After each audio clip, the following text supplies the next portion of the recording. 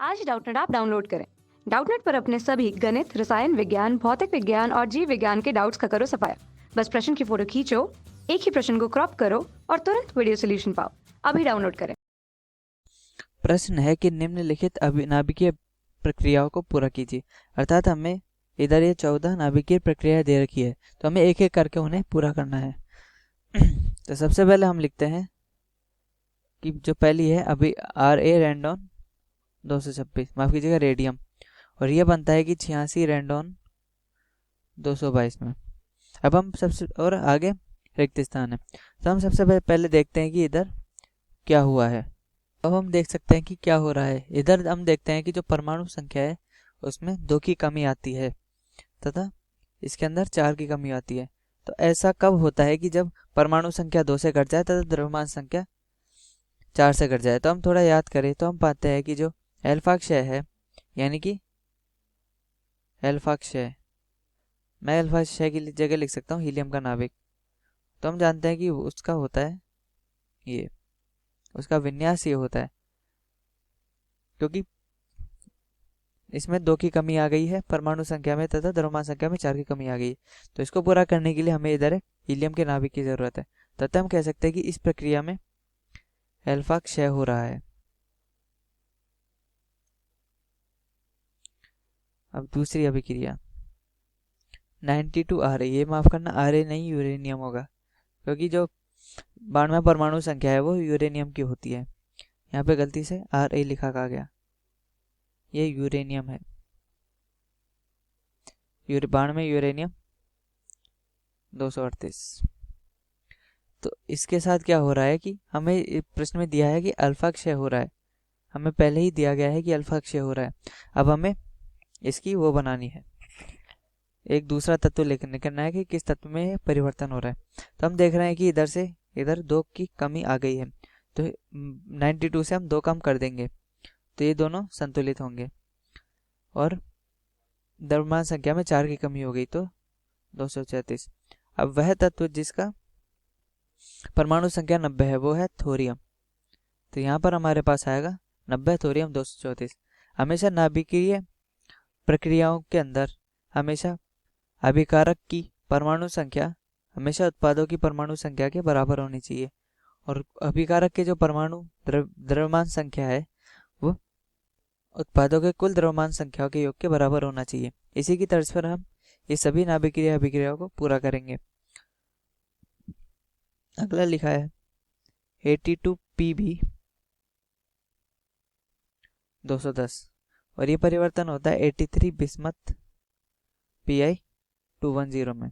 अब इधर देखते हैं कि हम क्या हो रहा है। द्रव्यमान संख्या में कोई परिवर्तन नहीं है, तो द्रव्यमान संख्या में हम 0 लिखेंगे। हम देख रहे हैं कि इधर एक आवेश नीचे एक परमाणु संख्या बढ़ गई, तो एक परमाणु संख्या इधर से घटा देंगे और ये हो जाएगा हमारे पास। अब ऐसा कौन सा तत्व है कि जो ऐसा कौन सा कण है कि जो ऋणावेशित है और इस पर द्रव्यमान भी नहीं है। तो हम सोचेंगे तो पाते हैं कि वो कण है इलेक्ट्रॉन। तो यानी कि नाभिक से एक इलेक्ट्रॉन लिख रहा है, तो हम लिख सकते हैं कि बीटा माइनस क्षय हो रहा है। यह अभिक्रिया बीटा क्षय की है, और हमारे पास इधर रिक्त स्थान में इलेक्ट्रॉन आ चुका है। चौथी अभिक्रिया हमारे पास दी गई है फास्फोरस 3015 की, जो कि कन्वर्ट हो रहा है 14 सल्फर 30 में। माफ कीजिएगा, इस 14 नहीं है 16 है, क्योंकि सल्फर का जो परमाणु संख्या है उसके वो 16 के बराबर है। तो इधर हम 14 नहीं, इधर हम लिखेंगे 16 सल्फर 30।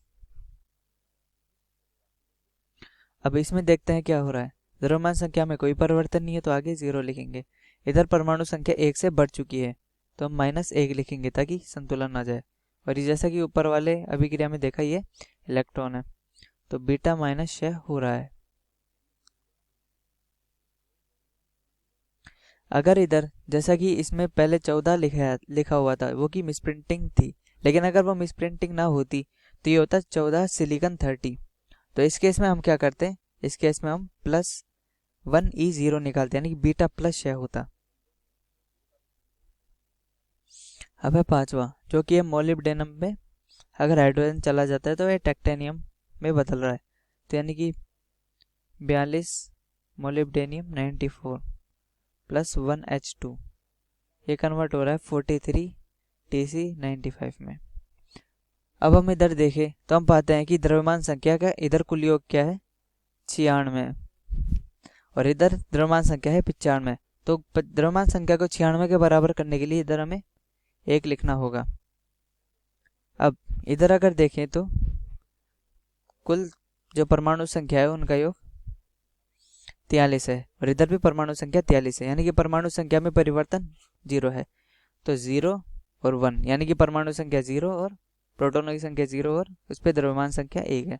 तो ऐसा कौन सा कण है कि जिस पर कोई आवेश तो नहीं है लेकिन द्रव्यमान है, तो वो है न्यूट्रॉन। तो यहाँ से न्यूट्रॉन उत्सर्जित हो रहा है, न्यूट्रॉन उत्सर्जित हो रहा है। ठीक है, ये हमारा रिक्त स्थान है। 6th है 84 PO 210। ठीक है, इन प्रश्नों में वैसे तो कोई जरूरी नहीं है कि हम तत्व का असली नाम लिखें, जैसे कि हमने सेकंड प्रश्न में देखा कि जो यूरेनियम है वो थोरियम में परिवर्तित हो रहा है, तो जरूरी नहीं है कि हम इधर थोरियम ही लिखें, हम इधर X या Y कुछ भी लिख सकते हैं। हमें सिर्फ इस बात से मतलब होता है कि परमाणु संख्या और द्रव्यमान संख्या को बराबर रखना है। बाकी तत्व का नाम लिखो या ना लिखो वो आपकी मर्जी।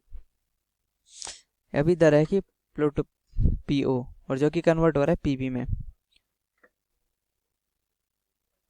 PB 206। दरअसल इधर 84 नहीं है, 82 है, क्योंकि अगर तत्व बदलता है तो तत्व का परमाणु संख्या जरूर बदलेगा। तो ये 82 PB 206 है। दरअसल इस क्वेश्चन में लिखते वक्त काफ़ी मिसप्रिंटिंग हो गई है, लेकिन फिर भी मैं सारी मिसप्रिंटिंगों को दूर करके हल करके बताऊंगा। अब इधर देख सकते हैं तो द्रव्यमान संख्या में 4 की कमी हो गई है। इधर द्रव्यमान संख्या 210 है और इधर 206 है, तो बराबर करने के लिए हम ऊपर 4 लिखते हैं। इधर द्रव्यमान संख्या में परमाणु संख्या में 2 की कमी हो रही है, पहले 84 है इधर 82 है, तो बराबर करने के लिए हम 2 लिखते हैं। और ऐसा कौन सा तत्व है कि अगर हम सोचे तो वो हीलियम है, तो हम कह सकते हैं कि इसमें अल्फा क्षय हो रहा है।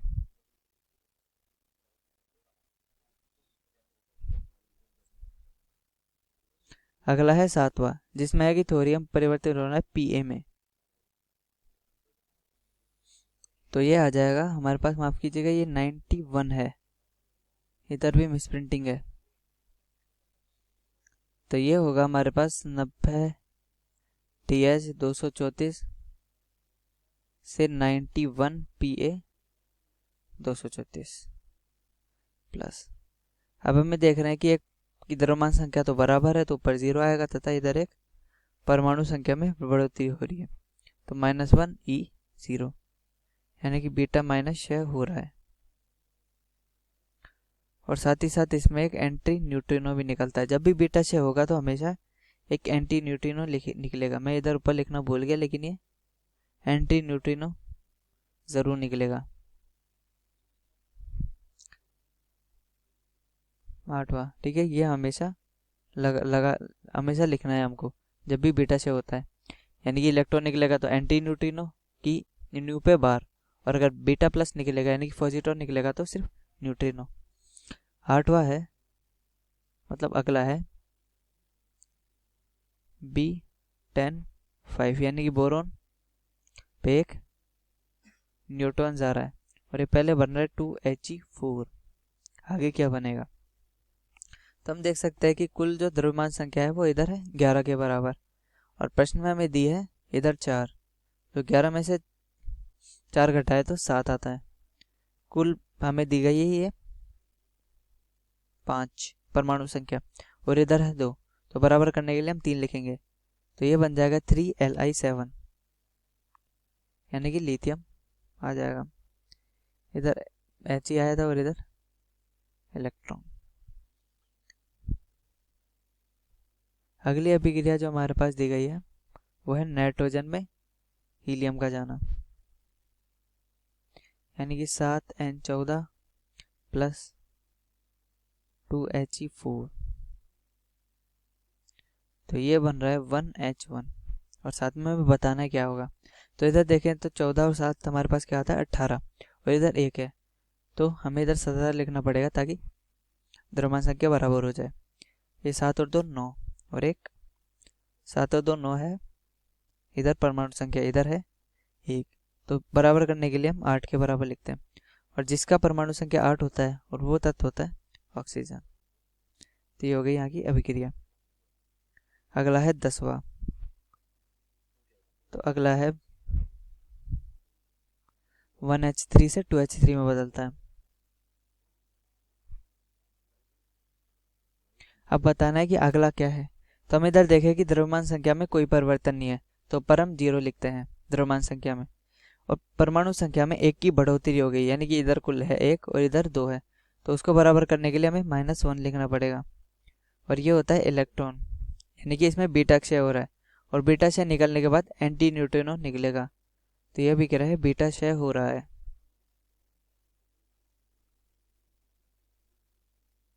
अगली अभिक्रिया है Hg, यानी कि 11वीं अभिक्रिया। इसको मैं लिखूंगा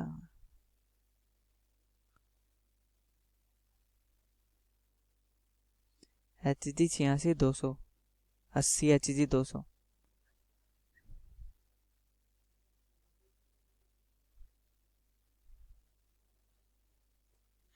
और इसमें जो जुड़ रहा है 1H1 यानी कि प्रोटॉन, और ये कन्वर्ट हो रहा है 2He3 के। अब देखना है कि इधर क्या हो रहा है। इधर कुल द्रव्यमान संख्या है 201 और इधर है सिर्फ 3, तो 201 से 3 को बराबर करने के लिए हम लिखेंगे 198, क्योंकि 198 में 3 को जोड़ेंगे तो 201। इधर कुल परमाणु संख्या 81 और इधर है सिर्फ 2, तो ये हो जाएगा 79।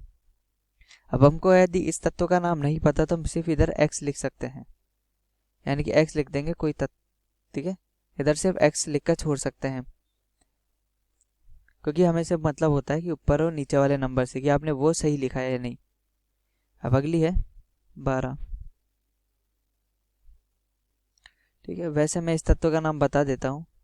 इस तत्व का नाम होगा ऑरम, AU, यानी कि सोना।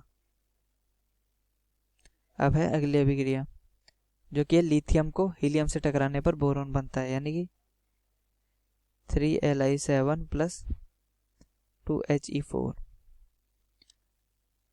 और ये बन रहा है 5B10।